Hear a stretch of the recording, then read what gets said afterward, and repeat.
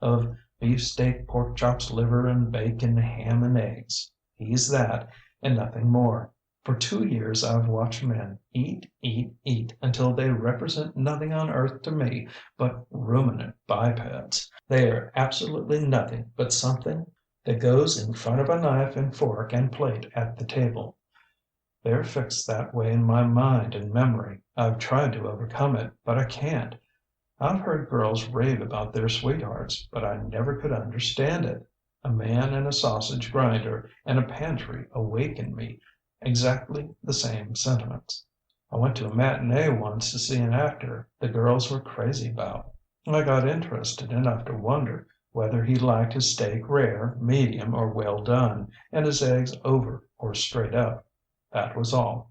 No, Jeff, I'll marry no man and see him sit at the breakfast table and eat, and come back to dinner and eat, and happen in again at supper to eat, eat, eat.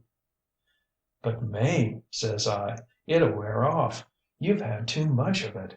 YouŌĆÖll marry some time, of course. Men don't eat always. ŌĆÖ ŌĆ£ŌĆśAs far as my observation goes, they do.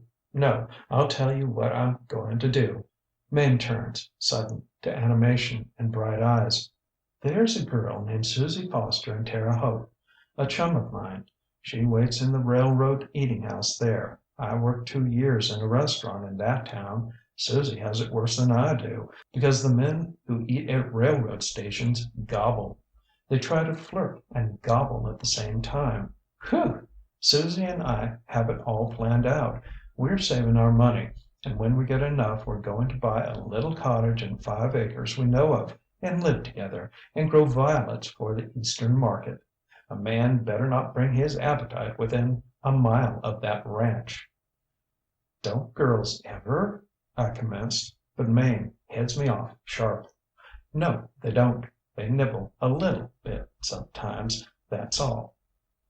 ŌĆÖ ŌĆ£ŌĆśI thought the confect ŌĆÖ ŌĆ£ŌĆśFor goodness' sake, change the subject, ŌĆÖ says Mame.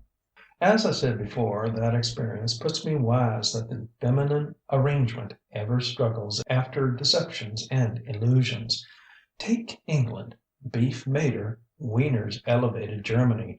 Uncle Sam owes his greatness to fried chicken and pie, but the young ladies of the Chautauqua schools, they'll never believe it.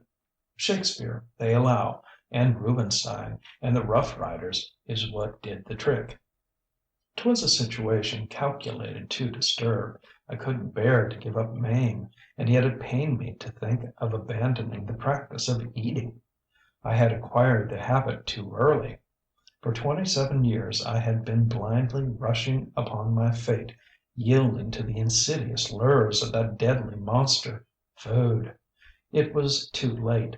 I was a ruminant biped for keeps. It was lobster salad to a doughnut that my life was going to be blighted by it. I continued to board at the Dugan tent, hoping that Mame would relent. I had sufficient faith in true love to believe that since it has often outlived the absence of a square meal, it might, in time, overcome the presence of one. I went on ministering to my fatal vice, although I felt that each time I shoved a potato into my mouth in Mame's presence I might be burying my fondest hopes. I think Collier must have spoken to Mame and got the same answer, for one day he orders a cup of coffee and a cracker and sits nibbling the corner of it like a girl in the parlour that's filled up in the kitchen previous on cold roast and fried cabbage. I caught on and did the same, and maybe we thought we'd made a hit. The next day we tried it again, and out comes old man Dugan fetching in his hands a fairy viands. ŌĆ£Kinder off your feed, ain't you, gents? ŌĆÖ he asks fatherly and some sardonic. Thought IŌĆÖd spell Mame a bit, seeing the work was light, and my rheumatiz can stand the strain. So back me and Collier had to drop to the heavy grub again. I noticed about that time that I was seized by a most uncommon and devastating appetite. I ate until Mame must have hated to see me darken the door. Afterward I found out that I had been made the victim of the first dark and irreligious trick played on me by Ed Collier. Him and me had been taking drinks together uptown regular, trying to drown our thirst for food. That man had bribed about 10 bartenders to always put a big slug of Appletree's Anaconda Appetite Bitters in every one of my drinks. But the last trick he played me was hardest to forget. One day Collier failed to show up at the tent. A man told me he left town that morning. My rival now was the bill of fare. A few days before he left, Collier had presented me with a 2-gallon jug of fine whiskey which he said a cousin had sent him from Kentucky. I now have reason to believe that it contained Appletree's Anaconda Appetite Bitters almost exclusively. I continued to devour tons of provisions. In Mame's eyes I remained a mere biped, more ruminant than ever. About a week after Collier pulled his freight there came a kind of sideshow to town, and hoisted a tent near the railroad. I judged it was a sort of fake museum and curiosity business.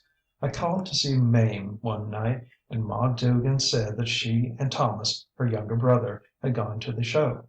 That same thing happened for 3 nights that week. Saturday night I caught her on the way coming back, and got to sit on the steps a while and talk to her. I noticed she looked different. Her eyes were softer and shiny like. Instead of a Mame Dugan to fly from the voracity of man and raise violets, she seemed to be a Mame more in line as God intended her, approachable, and suited to bask in the light of the Brazilians and the kindler. "You seem to be right smart inveigled," said I, "with the unparalleled exhibition of the world's living curiosities and wonders." "It's a change," says Mame. "You'll need another," says I, "if you keep on going every night." "Don't be cross, Jeff," says she. "It takes my mind off business." "Don't the curiosities eat?" I asked. "Not all of them. Some of them are wax." "Look out, then, that you don't get stuck," says I, kind of flip and foolish. Mame blushed. I didn't know what to think about her. My hopes raised some that perhaps my attentions had palliated man's awful crime of visibly introducing nourishment into his system. She talked some about the stars, referring to them with respect and politeness, and I dribbled a quantity about united hearts, homes made bright by true affection, and the kindler. Mame listened without scorn, and I says to myself, "Jeff, old man, you're removing the hoodoo that has clung to the consumer of victuals. You're setting your heel upon the serpent that lurks in the gravy bowl." Monday night I drop around. Mame is at the unparalleled exhibition with Thomas. "Now may the curse of the 41 7-sided seacooks," says I, "and the bad luck of the 9 impenitent grasshoppers rest upon this selfsame sideshow at once and for evermore. Amen. I'll go to see it myself tomorrow night and investigate its baleful charm. Shall man that was made to inherit the earth be bereft of his sweetheart, first by a knife and fork, and then by a 10-cent circus?" The next night before starting off for the exhibition tent I inquire and find out that Mame is not at home. She is not at the circus with Thomas this time, for Thomas waylays me in the grass outside of the grub tent with a scheme of his own, before I had time to eat supper. "What'll you give me, Jeff," says he, "if I tell you something?" "The value of it, son," I says.